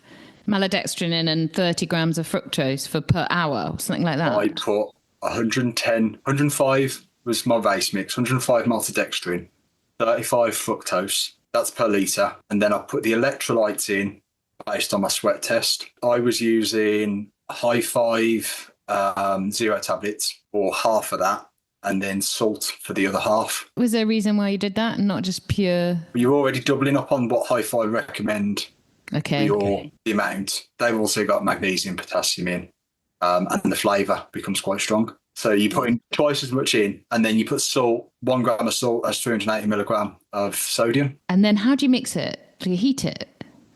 No, for that amount, you can get away with just putting it in a water container and giving it a really good shake. You're making it up the night before, so any bits that are left do dissolve. What does it taste like? It just tastes like sweetened high five. Does it? Yeah. Okay. If you want it sweeter, put a bit more fructose in. If you don't want it sweet, put a bit more maltodextrin in. How much experimenting did you have to do to get that? Not too much, because you start off with the recommended 1 to 0.8 and then just tweak from there. I just found I was getting in too much fructose and just end up a bit uncomfortable with too much of that floating around in you. Yeah. Okay. And so you make up a litre. Well, you must have to make up more than that. Well, I use 10 litre containers. 10? What sort of size is a 10 litre? How do you shake that? It's not like Well, you put 5 litres in, you put all the powder in, you give it a really good shake, get most of it dissolved, then you put the other 5 litres of water in. But I didn't. Okay, I see. I usually use that container to make 4 or 6 litres for the weekend, depending on training. And anything that's left gets decanted into little bottles to use in the week. I'm out of this. It's like listening to Jamie's quick meals and he said, that's him for 2 hours. That's me gone. Like, yeah, but if you don't have to, if you're just shaking, I would have thought like, and you measure Same as it. just tearing the end off of a tailwind or a normal drink sachet, isn't it? You're just doing it on a much bigger scale. Too much bandwidth. But that's what I pay for. I pay for that convenience, I suppose. Yeah. Yeah, I think I said that on one of the posts, didn't I? These sports manufacturers, they sell you the convenience of it all being done ready for your race. So when you're racing, then sorry if I've missed this, what's your carbs per hour and how is that being made up? Is it solids? Is it all just the drink? I targeted, I said I wanted between 105 and 135 grams an hour start the race. 135 for some day, although I'd practiced with it, it was just too much to take on. I think once we got past the 6 hours, that was into uncharted territory for that amount of carb for that long. It was longer than training when I'd done with that amount. So I dropped down to 105 then, which was entirely liquid. Yeah. 3 of my little drinks bottles an hour was giving me my 105. Because that was still nearly 800 ml of fluid, I wasn't sweating that much out, and I was having to go to the toilet more often than I wanted to. So we switched out. It was every 6th bottle became Turkish Delight, a little speed cup filled with cubes of Turkish Delight, and that was me. Do you take any caffeine, Matt? I was taking caffeine bullets for the race. I'm a very big fan of caffeine. Me too. Yeah, generally in far greater quantities than the recommended daily allowance. I think the recommended daily allowance is also for people that perhaps don't have excessive tea consumption during the day. So the caffeine receptors are numb to caffeine unless it's 10 cups. And then I start feeling the hit. Yeah. So you both the responders. So you take a caffeine bullet and you'd be like, whoosh, I feel it. No, I'd need to take 10 caffeine bullets before whoosh, I felt it. I'd need to take them all the time to keep my general, that's what's same with tea. I just have to drink it all the time to keep myself alive, Gary.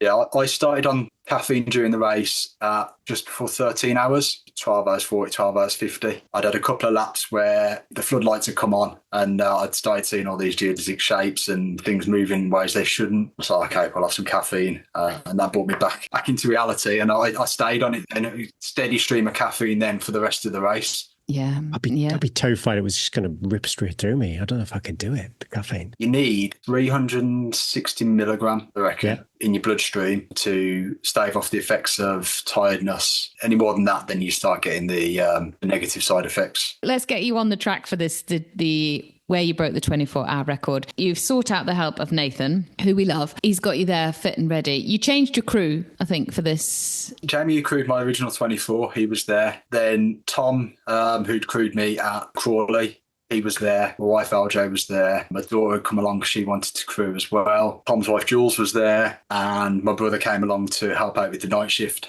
You must have had half the track up with your crew. That's an excessive amount of people. We were the party tent on the end of everyone else's gazebos. There was ours there with a Bluetooth speaker and cake, and they were having a great time. You're with the caffeine bullets. One for Matt, one for us, one for... When did you think this is on? I mean, did the training give you enough confidence that if you paced the 24-hour, the record was on? After the disappointment of Crawley, the aim was just to get a distance to qualify for GB. Okay. I'd gone into Crawley with the thought in the back of my mind that, yes, maybe there's a record attempt in there. But I'd parked that thought. I thought, no, this is too much to ask. I just got to get the 260-odd K, get a good qualifying benchmark, and we can perhaps revisit a record attempt in the future. 450 a kilometre was the pace we decided to set off at. Wavered up to the 100 miles, and then 13-ish hours in, it's like, okay, need to knuckle down, get this 260, expecting still to fade and get slower. Fortunately, that didn't happen. I was able to settle into a rhythm that got me through the night relatively unscathed. When it got to about 6 a.m, 4 hours left to race, could possibly be something. But I was still saying, okay, we'll go for 270. We'll go for 275. I was in denial that this record was going to happen until I'd say that the last hour, I'd asked for how many laps I needed to run. How many did you need to run in the last hour? They told me I needed to run 701 laps in total. Okay. Which is 280.4 kilometres. At that stage, my head couldn't compute that 700 laps was 280k. I knew it was more than 277, but the mental maths just wasn't happening. Mine's not happening We'll now. give you that. So I didn't know that I'd gone through 280k till after the race. Were you enjoying it though? Were you enjoying that period, or were you running scared? No, it was enjoyable. It was good. There was a few moments where I was like, oh, what am I doing? Really? I'd say 95% of that race, I was running with a big smile. How was your head? You seem quite resilient. You know, these races need a lot of resilience. How was your mental game? That day it was on form. Yeah. I can be quite a negative person a lot of the time. That particular day, there was no obstacle or no hurdle that was going to be able to stop me. Very good problem solving. Rather than letting the problem become all encompassing, you were like, I just need to solve this, and then we're back. And solve it straight away. Don't let it because it affects your pace. I think a lot of people will be wondering, Matt. This is the last question for me, so I know we've done an hour almost. How do you manage to? You're not a professional athlete, should be, but maybe one day the dream. You've got a job, a family. I can see a waggy tail in the background occasionally as well, or else as a child crawling around. No, on the floor that's definitely a waggy tail. How do you manage to fit it all in? I have to remember that this is my hobby, which is difficult at times. So I'll get up. The system I've got now is double running and run before work, because half of that time is effectively commuting time because I'm leaving earlier. I'm missing the traffic. And then weekends, leading into a big race, the running takes more of a priority than some other things. But the rest of the year, there's got to be some compromise in there. As much as I hate to say it, I'm not that full-time athlete. Family, as you say, and they've got to come first as well. Damn It's it. hard. It's super hard to juggle everything. Yeah. Did Robbie reach out? Did he congratulate you? And then did you reach out to Robbie in your build-up, thinking I'm gonna go for this? Because the FKT scene, that seems very collaborative. I'm just wondering what the track scene's like. I've not reached out to Robbie. Obviously, I was following him on Instagram. He was one of the first to congratulate me. Hey. So we've got Timing Monkey doing the timing for the event, and when Karen came round at the end, as a bad boy runner, I was actually petrified she was going to come and make me do press-ups. She gave me a free pass, and she said that actually there's a Robbie has given you some congratulations on the feed from the timing splits. That was Robbie. So he got me a message on Instagram then quite soon afterwards to congratulate me. That's classy. I like it. Very good. And what's next then? Next for me is the 100k championships in May. That's Where my are race. those this year? Next year? It's in Mallory Park in Leicester. How many laps? Do you know yet? You won't care. You'll be like, 20 laps, I think. oh, that's nice, isn't it? I like that number. Yeah, they announced that last week. So I don't know how that works with the circuit of whether you're doing like a Fura 8 or something. I thought it was a 2k loop. Sensational, Matt. Honestly, I'm super inspired. If anyone's curious, I think it roughly works out, if you don't work in kilometers, that's about 7.5 minute miling you were doing roughly for 24 hours, give or take a few seconds. That's a heavy flex. And yeah, I never asked this actually, because it really does interest me, this format. What is the vibe like? I think you mentioned there's multiple races going off. Is it quite busy, or when you finished, was there like, a bit of tumbleweed, a few people just hanging around? What's it like? It's a bit solemn. Everyone's knackered. Yeah. Okay. So obviously, the 100k runners are all packed up and gone. Nathan stayed, obviously, he got myself, and he got a few other athletes running, Shelley and Lee. So he'd stayed from that. Then there was a walking race going on. So they'd stayed for the 24-hour walk in the Centurions. On track, everyone's really supportive. You're racing the clock, not so much each other. So everyone's quite happy to help each other out. I do like the sound of it. It's cute. I think if you love running, it's just one of those disciplines, the trails and the track. I think, you should experience. I think you should try and experience all of it. Should you do the quick five? Yeah, I've got a quick five question. I could put this into the quick five, actually. Yeah, go for it. Okay. First one, Matt. It can't be running, but how would you pass the time on a day off? I'm not running, probably sleeping. Sleeping and eating. I think I probably know what this question is. Yeah, your first drink straight out of bed in the morning. What's the first drink you're going to have? Coffee, tea, juice? Double espresso. Do you think you could have a double espresso before bed and still sleep? I probably could, actually. I could have a double espresso and roll over and go to sleep. Oh my God. I knew somebody whose partner was Brazilian, and he would wake up in the night and have an espresso and then go back to sleep again. That's a bit of a stretch. Caffeine Bullet are promoting taking the caffeine bullet before a power nap, aren't they? Yeah, and then you're meant to wake up and feel less groggy. Yeah, gives it time to get into your system. Favorite guilty TV pleasure? Have you got a guilty TV pleasure at the moment, Eddie? As you know, mine are just terrible, the lowest of the low. Yes, mine, and people now know from the podcast that they actually recommend ones they know I like, and I'm already watching them. People know me. Oh, well. What about you, Matt? Not so much TV. I'm a sucker for brain dead action films, the ones that have got exactly the same plot, lots of machine guns and don't require much brain power. My kids are really enjoying anything with The Rock in at the moment. The Fast and Furious sort of brand, I think it is. Yeah, that fits that genre. Yeah, feel free to come round, Matt. We can share some double espressos and I'm like, oh, is this the one you're watching fight something? And they're like, no, it's another one, Mum. I'm like, but the same people. It's good treadmill films. That's what your intervals. That's music. But yeah, if you're doing a treadmill hill session, something like that, where it doesn't really matter if you're not paying attention to the film, you still get the idea what's going on. It's good aeroplane films as well, where you can't quite hear the dialogue, but it's not made for the dialogue. Yeah.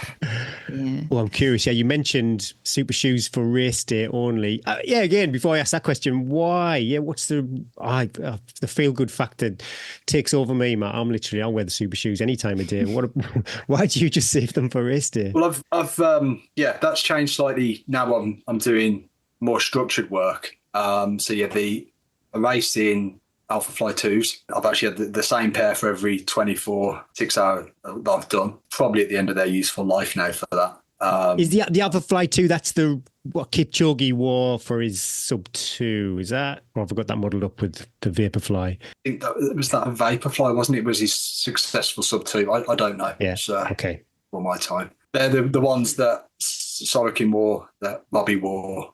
I don't think Robbie wears the Alpha Fly ones. Yeah, so I shelled out on a pair of them, which I quite like running on for race day. My day-to-day training shoe, I use a New Balance 1080 V12. Oh, sensational shoe. I love that shoe. It's a great everyday shoe. And then I've got some Scott Carbon RCs for the slightly longer work. They've got the carbon plate. The foam's not as bouncy as the Nikes. I was going to ask you about that. Yeah, I'm curious of those. And if anybody wants a deal, I think you can go over on Sport Shoes and buy them for about 50 quid. They are quite cheap, but I wasn't a fan of the foam. Cost per kilometre, they work out brilliant. Yeah. They're not very kind to you if you're heel striking, which is a problem I'm addressing at the moment. They do disintegrate fairly quickly then. Instagram story music time, Matt. Yeah, every week we share this podcast over on Facebook and Instagram, and you get to choose the song that we put to our Instagram story. What's it going to be? We're seeing from the Levelers. We've had a run of guests who've got amazing musical taste. Come on then, Matt. What's it going to be? The Game by the Levelers. Game by the Levelers. I love it. Have you been to see them live? I have. I'm quite a big Levelers fan. We've seen them 12 or 15 times. Quite big. Quite big, yeah. They were, when I studied, I'm a little bit older than you, that was the student band to go and watch, was the Levelers. It would have been like Level in the Land, that era when the album was out. Sensational. What a live band. The Didgeridoo. Oh, this is all flooding back to me. Brilliant. Great choice.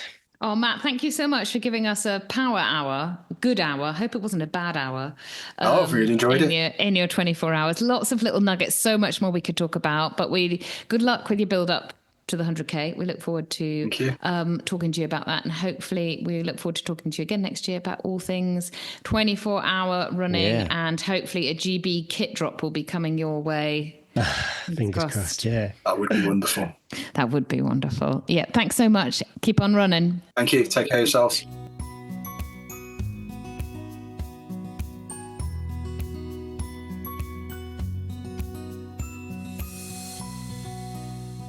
That is such an achievement. And mid-30s, I think, but in terms of running, he is a young athlete. I bet his knees don't hurt. I bet he can kneel down with fresh, doesn't have to hold on to 4 points of contact to get up from the ground. We've been doing this podcast longer than he's been running. But yeah, loads to come from Matt. Super exciting. Thanks, Phoenix Light, for sponsoring our Strava Club and Tales from the Trail section. And don't forget, patrons can enjoy 10% off over at phoenixlight.co.uk. I saw on the Phoenix Light UK website, one of their head torches had a rating of 4,000 lumens. That's wild. And I was just curious, how many lumens do you think you actually need? When I was doing 13 Valleys, we've got the HR65Rs, and I think its maximum lumen is 1,600. Because I need battery to last all night, I can't use 1,600 because then that would literally probably only last a few hours. So I was down to 400, And that was good enough. What about yourself? Yeah, what do you think you'd use? All the lumens. I'd like a double head torch. I like as much light, especially the second night or even the third night when I start freaking myself out about who's following me or what's up the road or where the hell am I? I need to look and see what lumens. But I like a lumen. I'm not going to pretend that I'm happy running in a dusky light. I can't see, and I don't like it. I like to just pretend I'm still in the daylight. So I'll sacrifice battery changing for better light. I think I run better, and I just feel I like to be able to turn around and shine it in the face of all these people that are attacking me in my head. Well, 4,000. Wow, that is epic. I need to see it. So yeah, if any listeners have a head torch that will do 4,000 lumens, tag us on Instagram or pop something on the Facebook group. That is absolutely wild. First up from our Strava club is Michelle Young. Yeah, looked like a great week, Michelle, with a bit of Jedburgh 3 peak sweeping 2, 56.6 miles, 11.2 miles. Longest run, 3,871 feet of vert. Next up is Caldy 70. Request to follow. I don't know what the vert is for the Jedburgh 3 peaks, but I'm thinking maybe Caldy did the Jedburgh 3 peaks. I'm sure it's about 37, 38 miles for that run.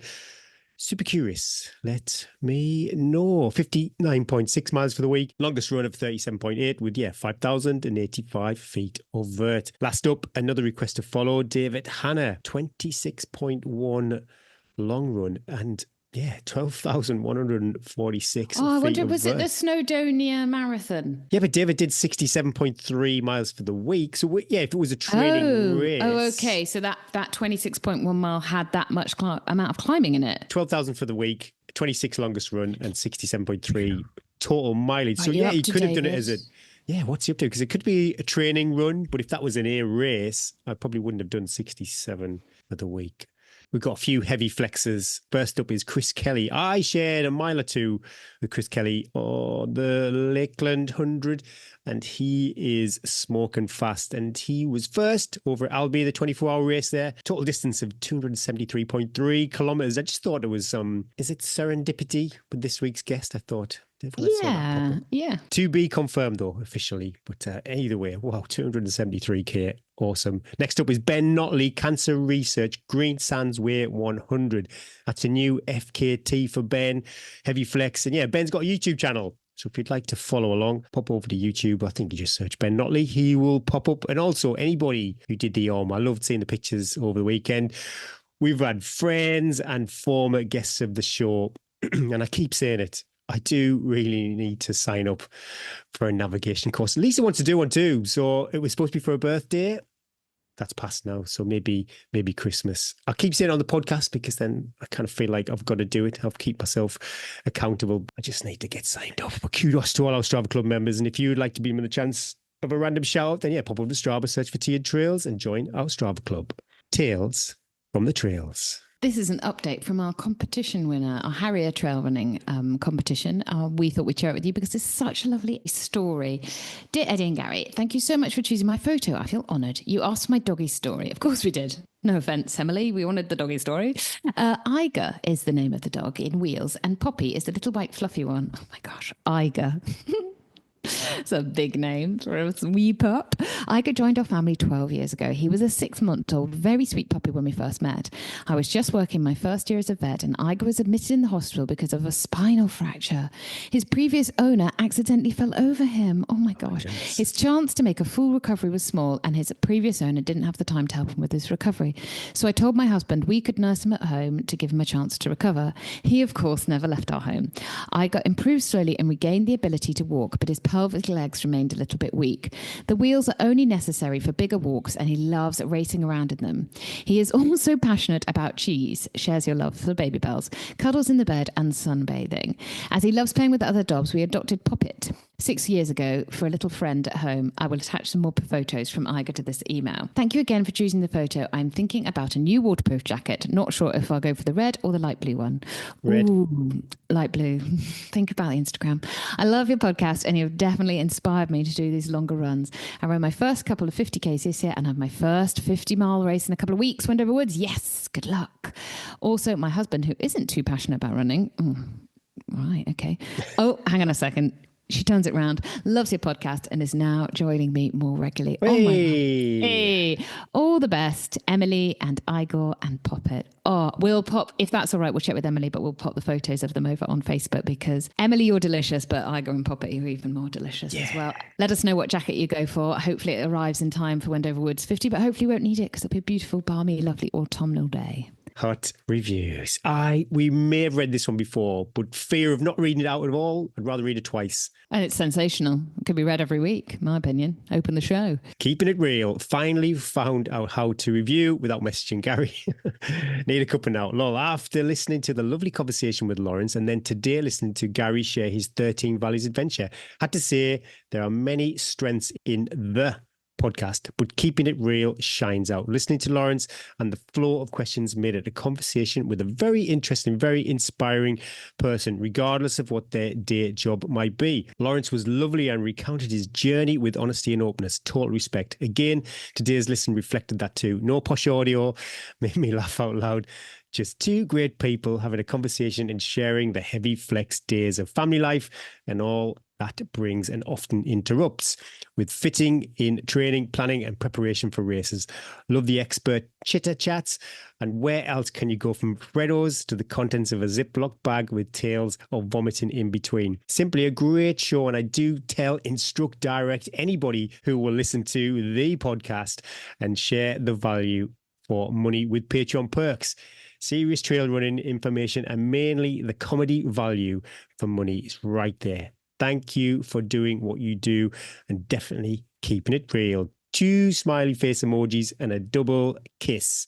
Sue Wilson via Apple Podcast. Yeah, we could start the show with that. That is sensational. Start my Much day better with than that could be it every day you get my an email. affirmation. Yeah. Sue, can you email us like a daily little affirmation, dear Eddie and Gary? Don't worry what they say. I think Don't you're listen great. to them. That's what I say to the kids. I'm like, don't listen to what everyone else says. I think you're great. I was like, what? What do you mean? Oh, we love your reviews. You know, we love reading them out, but more importantly, it really helps the podcast grow. There could be some trail runners out there who are blissfully unaware of the Tea and Trails podcast and they're missing out. So yeah, thanks for all those reviews. This week's competition, the team over at 13 Valleys are supplying the prizes for our latest competition. Super generous, awesome prize. Fancy taking part in one of the 2025 races? Well, you and a friend could win a race place for either the 2, 5, 7 or 13 Valleys. Gary, he loves this race. He's going back. He can't wait, but you might choose a different one. Doesn't have to be 13 Valleys. You don't have to do the same race as your mate. Bit sad if you don't, but you know, you might be encouraging like Sue. No, not Sue. It was Emily, wasn't it? You might be encouraging like Emily's husband. She might be able to talk him into doing the 2 Valleys while she does the 7 Valleys. Probably might do it at the same time. You can do whatever race you want. What you need to do, like the pinned competition post, share the pinned competition post, and in the comments, pop a picture of you and your trail buddy who would like to share the prize with. Tag your mate too. Now, this is picked at random. So because otherwise we can't choose because it feels like choosing a puppy. We can't do that. We just choose you all. So we'll pick the winner at random on the 18th of November. Thanks to everybody who's already taken part. There are lots and lots, but don't forget to share it because there's the slight imbalance between the like and the shared numbers. People forget to share it. So you must do both, like and share and pop the picture in. I've entered, Gary. You entered? Well, I did say that. I thought I was your bestie. You keep pulling me up every time I say Robbo's my bestie. Nah, you know. Well, you already entered. You're already there. I just wanted to get an entry so I can toe the line next to you and be like, all right. 13 Valleys, what would you go for? And then you'd get into the checkpoints. I've already left because obviously I'm 2.5 hours ahead, and there's no Freddos left because I took 25. Oh, that'd be podcast ending. Yeah, I do the 13. Definitely do 13. I don't think.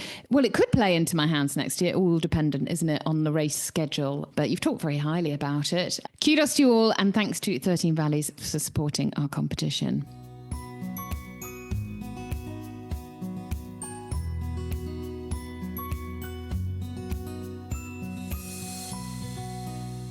Right, Gary, there's 7% left on my laptop battery. Can we do this? What's coming up? What's coming up? Oh, the comeback. The comeback begins. Well, I think it's already begun. What with that brutal lab workout, I reckon you're back. You're in shape. You're ready for anything. I'm going to do a torso shot when it's done. What, just the one workout and then the torso Yeah. shot? I don't know. It's just your ribs, Gary. It's not I should do six-pack. before and after. You can't see my ribs. Hopefully we're a bit closer to getting in the car sometime this week. Oh, for They're very goodness keen. sake. See, I didn't realise this, but because it's near the month end, if it rolls over to November, that's a different target for these salespeople. So the Oh, deal Lord, Gary, needs you to be are so- playing the game. I find it super stressful, and I appreciate it's first world problem. So I apologise if everyone's thinking, banging on about God, this he's bloody spending car. all that Patreon money on freaking, what is it? Lexus? Corsa. Oh, goodness me, yeah. I was thinking about this. If money was no object, well, say if I had maybe 60 grand, 60, 70 grand, what would I buy? What car? Top of the would- range Range Rover wouldn't be personalised number plates. 60 grand will not get you We didn't one of know. those- No. You are, struggling there. They don't even do electric. I think it's a hybrid, so it's pretty much useless. Isn't it like one of the worst cars to drive? Well, you've got two things to break, haven't you? You got the combustion engine and the battery, so and the motor. Not a fan of that. I'm really happy. I just have a little runaround. I've got no car. I'll go for a Mustang. If they do an electric Mustang, that'd be great, like a muscle car. That I wonder if is they not like put good. You're gonna a get tape stuck recording on- in there. Not a tape recording, not showing my age, but if they put like a audio in there, because you want the Mustang to sound, it needs to sound like a muscle car. The electric Okay. cars, they just sound like they're gliding. They're terrifying. They come around the corner, around the lanes, and you can't hear them. Hold me accountable. No workouts. If you see Gary's done bloody 20 or Brutal. 10 What would times you a call a K. brutal ab workout? What's that? Is that just? It's That's just essential. words. It's essential to get rid of the dad bod. Running most of the week, maybe run every day, just super easy runs around Of the course, village. Not bothered of about course. not bothered about vert. No, I saw a 12-minute something in there. I thought, yeah, he's back. Well, I go with Rexy when I'm not bothered about Yeah, anything. yeah, that's it. whatever. Yeah. he's back. 2 strength sessions. I need to get back down the gym because even George, Oh my God. honestly, your called me buttocks out. must He's be like, so droopy now. it was like, when was the last time you were at the gym, Dad? I'm like, God's sake, give me a break, will you? You cannot see how filthy cold. So yeah, bit more running, a couple of more strength sessions. That's all I need. That's all I need for the week. What about yourself? Well, as we discussed, another long run in the bag, get that fueling. I'm going to really pound the fuel. I'm going to come back absolutely wired from the next 100 long grams, run. 130 grams of carb 100, an hour. 130 grams of carb. Let's just throw it out. Let's just see what happens. I really am on the threaders this week with working, and the kids have been said, we haven't heard a word. We've been recording this. We've been on the pod for 2 hours. They've not even come around the corner. They modified your TV shelf. They've just carved the top of the TV off. It's very good. It's very quiet. So I'm probably just going to do one mega session probably tomorrow when I've got a little bit more time. Been trying to do 2 sessions, just not sure because I've got the dogs.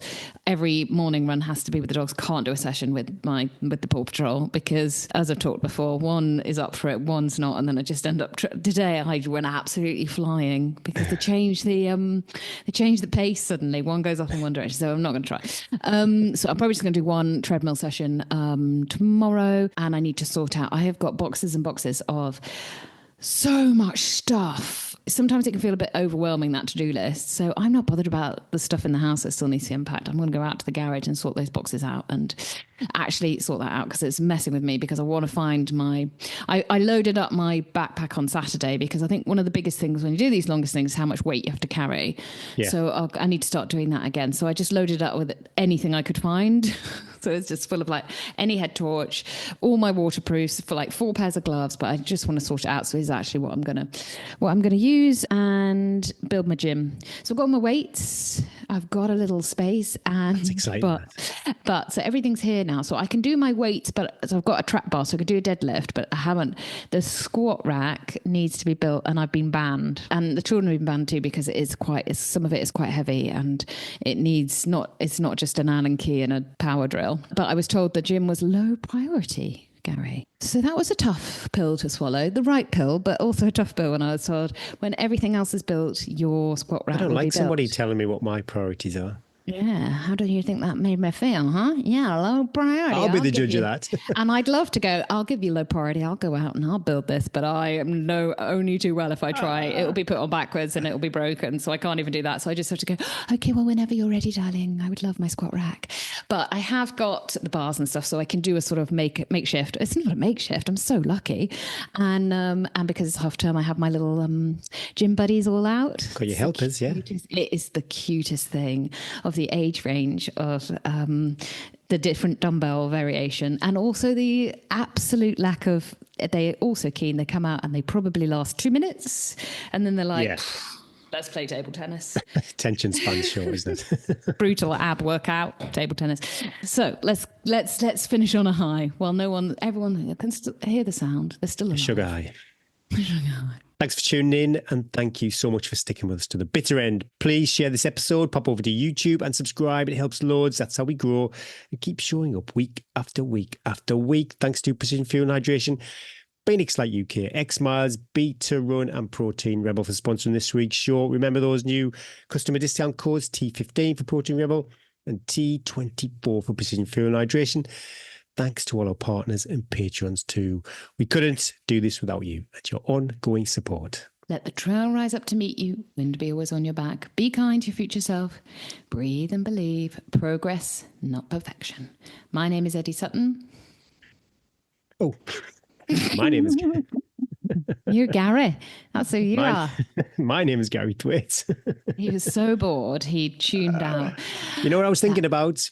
The listeners' Rivals. photograph of the Breathe and Believe tattoo when you said Breathe and Believe. I think about it every time now. And I always think, I love all those words, breathe and believe. Oh my gosh, I say that all the time. And progress, I always, every day. It's progress, Eddie. It's not perfection, as I berate myself for failing again the training plan I set myself, of which every week I know I'm not going to do 3/4 of it. Anyway, let's do it again. My name is Eddie Sutton. And my name is Gary Thwaites. Still a pause. And that was episode 94 of the Tea and Trails podcast.